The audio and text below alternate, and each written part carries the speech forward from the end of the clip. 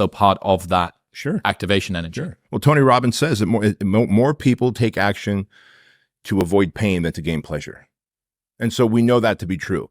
And as I say those words, make no mistake about it, and I talk openly about this, I was peasant class. I was beyond blue collar. I was the unwashed masses. I was the guy that was dependent on government when I came here from the Soviet Union, lived in Section 8 housing, had Medi-Cal and Medicare, sought out the cheapest ways to live because I wasn't prepared to do my part.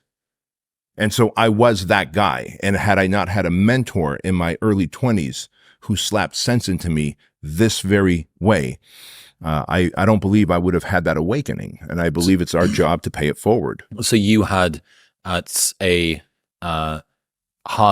tough love mentor, which presumably shapes how you then look to mentor people moving forward. Yeah, I would say so. Jim Franco was definitely a curmudgeon-y old East Coast guy, entrepreneur who definitely mentored me with hard love. Why do you think the story that we tell ourselves influences our lives so much?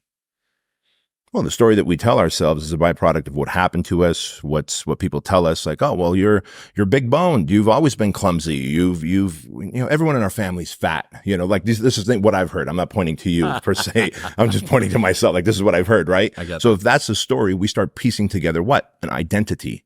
Oh, well, if that's my story, this must be my identity.